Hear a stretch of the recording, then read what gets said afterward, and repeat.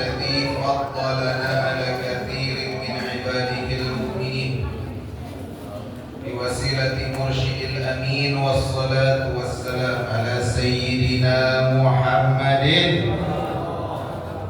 وعلى آله وصحبه أجمعين. إلهي أنت مقصودي ورضاك مطلوبي، أعطني محبتك ومعرفتك وعدني معك أبدا. أصحاب الفضيلة جميع أهل السلسلة طريقة القادرية النقشبندية معهد سوريا لا ياسرنا رسا BPKN بالخصوص شيخنا ومربي أرواحنا حضرة الشيخ محمد أبو سيف الله مسلوم قدس الله سره. الفاتحة.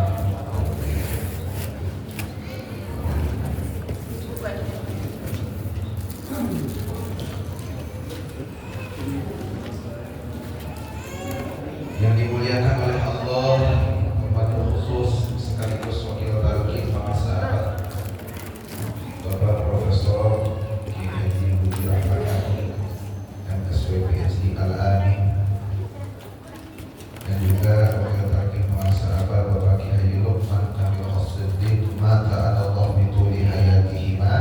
Semoga Allah panjangkan usia dunianya, disehatkan badannya supaya bisa terus khidmah kepada guru-guru para sahabat.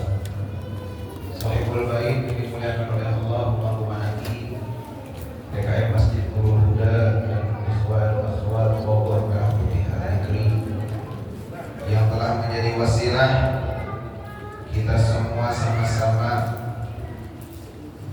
dibisakan mengamalkan, melestarikan kesukaan guru agung kita Manakiban.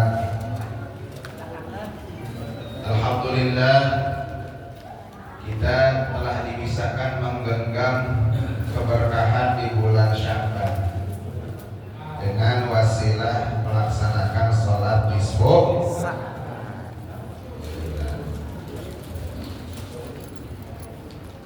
Sudah tinggal menyambut keberkahan di bulan Ramadan dengan alatnya sholat sunnah tarawih. Jumlahnya 600 rakaat, dicicil 20 rakaat tiap. Tinggal dikerjakan, mudah. Apalagi tarawih kita mah suratnya dipotong-potongnya enak. Masya Allah. Bapak-bapak kalau jalan-jalan di Masjid Al-Mukhtar itu masjid yang bikin Syekh Umar Mukhtar. Beliau digelari Al-Mukhtar ala wazan mif'al, aslinya Al-Mihtar, ay kathirul hudur, karena beliau punya fasilitas diberikan oleh Allah seperti wali-wali yang lain. Ketika disebut hadir. Itu di Masjid Al-Mukhtar, Pak. Kalau mau tahu, setiap tarawih itu harus minimal 2 juz Al-Quran, 20 rakaat. Kalau di Mekah kan 1 juz, kalau itu 2 juz. Mulainya jam 2 pagi. Jadi pertama sholat di musola depan rumah, kemudian sholat di Masjid Jami Pak Alwi. Itu udah diatur waktunya. Dia tarawihnya itu berkali-kali. Sholat depan rumah, sholat di Masjid Jami, Masjid sholat Jumat Alwi 22 juz juga. Terus sholat di Masjid Jami Al-Mukhtar. Jadi paling tidak orang sono sholat tarawihnya 60 rakaat. Coba kita disuruh 60. Keren. Kadang 20 aja masih ribat. Kita 100. Guru kita juga rahmat, nggak mau nyusahin murid. Masya Allah. Tapi walaupun cuma 20 rakaat, karena ada ininya, ada yang Lailatul Qadarkan lebih baik daripada tarawih 1000. Begitu nilainya. Makanya di dalam Fadhailus Syuhur di bulan Sya'ban, para sahabat memaknai bab dalam bulan Sya'ban itu dengan makna barzakh. Apa namanya? Atas. Barzakh ini alam yang sering dibicarakan oleh orang umum. Orang umum tuh nggak jauh-jauh Pak, alam kubur, surga neraka tuh kalau cerita begitu. Emang iya.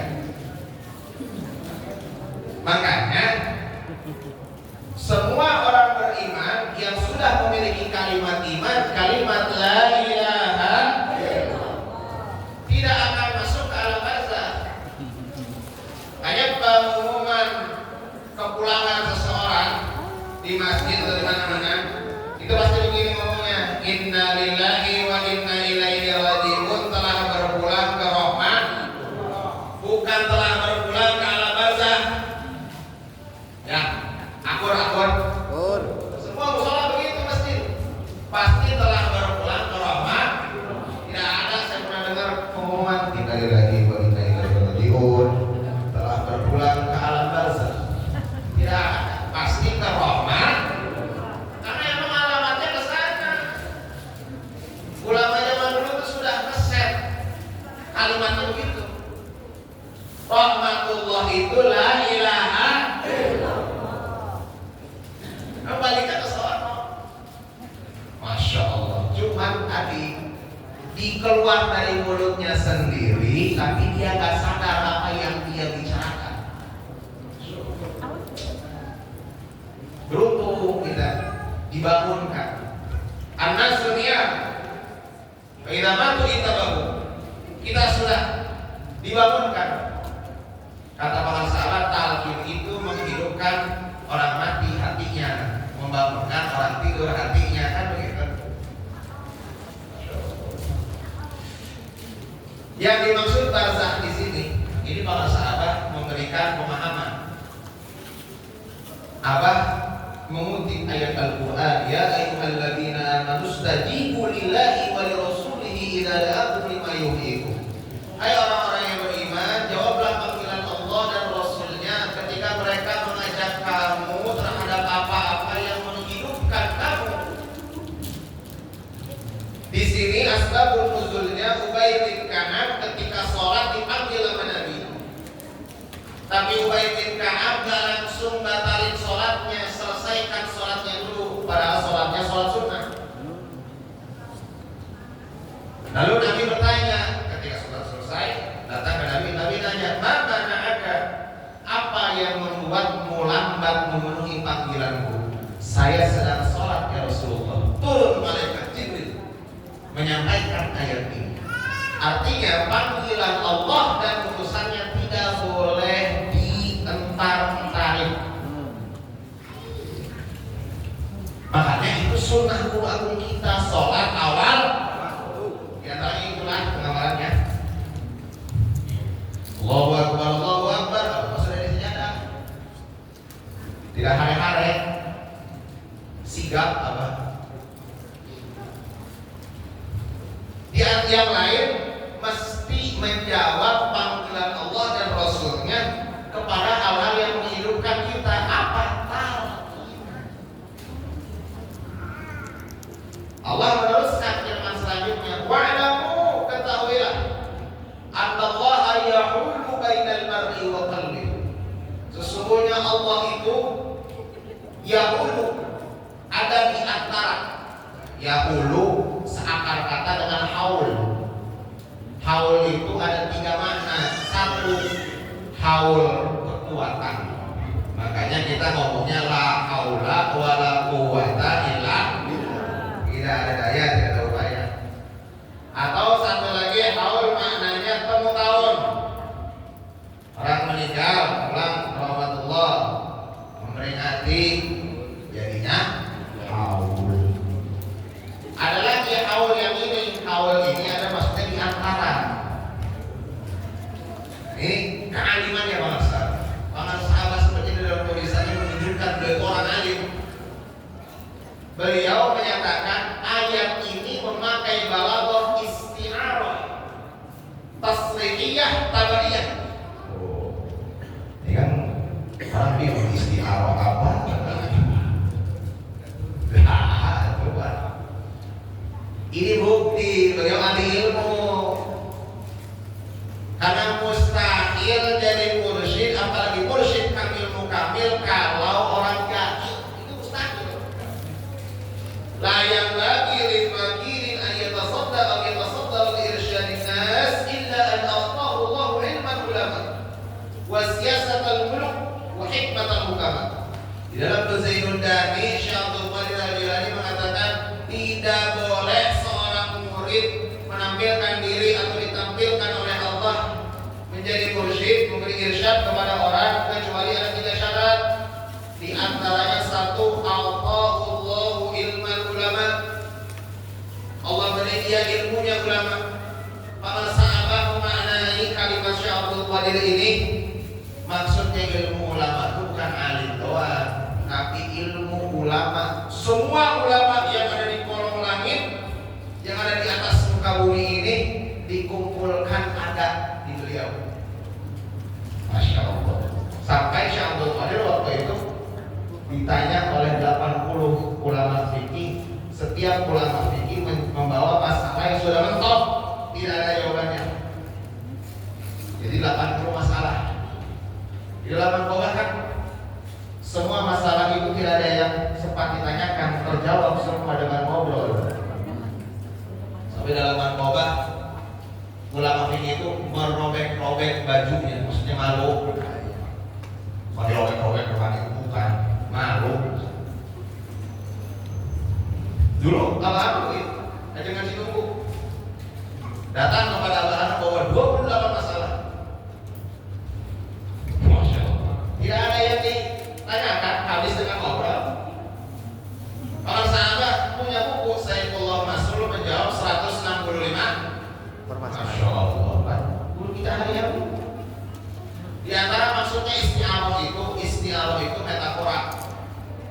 Tasrihiyah itu artinya satu kata dimajaskan dengan kata yang lain, kata aslinya hilang. Contoh, diturunkan Al-Quran itu litukhrija minadh dhulumati ilan nur. Al-Quran turun untuk mengeluarkan seseorang dari gelap jadi terang. Apa benar gelap? Bukan minal dhalalati ilal huda, maksudnya itu. Dari kesesatan ke petunjuk. Terus litukrijanya itu bukan keluar secara fisik, tapi keluar secara pendirian. Nah, itu namanya isti'arah. Tabaiyah maksudnya isti'arah metaforanya ini dengan fi'il kata kerja. Jadi yaqulu di situ adalah metafora pengganti kalimat al-qurbu, kedekatan. Kedekatan Allah dengan hambanya aqrabu min hablil warid, lebih dekat dari urat nadi. Tapi kata Allah di masa dzikri, tergantung kadar zikirnya. Bukan zikir yang di lisan, tapi zikir yang di sini. Ini alat untuk menggapai tadi. Yaqulu bainal mar'i wa qalbi. Kedekatan dengan Allah. Dan kata para sahabat tidak bisa dapat yaqulu tadi, ayat tadi, kedekatan dengan Allah kecuali ketemu satu orang yang bisa mengubah hidup kamu 180 derajat berbeda dari sebelumnya, yaitu guru mursyid. Lewat pintu 5 huruf ta lam qaf ya nun tal, baru dapat alat khusus, kata Allah, bi alatil makhsusah untuk taqarrub ila Allah. Ini bukan alat ecek-ecek, alat khusus. VIP. Kalau VIP aja rumah tabung. Ini V-nya 2 lembar folio dah. Very important person. Masya Allah. Bersyukur kita. Itu yang dicari Nabi Musa dalam Miftahus Sudur. Contoh untuk kita semua Nabi Musa itu. wa kafa syarafan li tariqihim an-nurani. Sungguh begitu mulia thariqah para ahli sufi itu dengan contoh Nabi Musa. Anna sayyidana Musa wa huwa minal mursalin ulul azmi talabahu minal Khidir alaihi salam. Nabi Musa rasul nabi ulul azmi. Ulul azmi itu pangkat di bawah Nabi Muhammad SAW. Nabi Muhammad itu sayyidil anbiya wal mursalin, di bawahnya ulul azmi. Bukan orang ngecek-ngecek, tapi dijadikan contoh oleh Allah untuk kita. Sampai beliau mengatakan la atrahu hatta ablugha majma'al bahrain au anbiyahu. Nabi Musa Rasulul Azmi ngomong, aku tidak akan istirahat sampai ketemu Majma'ul Bahrain, pertemuan dua laut. Au amdiya hukuba, atau aku jalan selama-lamanya. Oh, dulu Nabi Musa untuk bertemu guru mursyid abdan min ibadih, hamba dan sekian banyak hamba-hambanya Allah, sampai begitu kan jalan. Kita naik 5 jasa aja ogah. Siapa tuh? Ojek. Mau pengennya naik aja dah. Siapa yang mau berangkat bulan ini? Gitu. Modal makan doang. Dulu Nabi Musa begitu, masya Allah. Untuk ketemu Majma'ul Bahrain.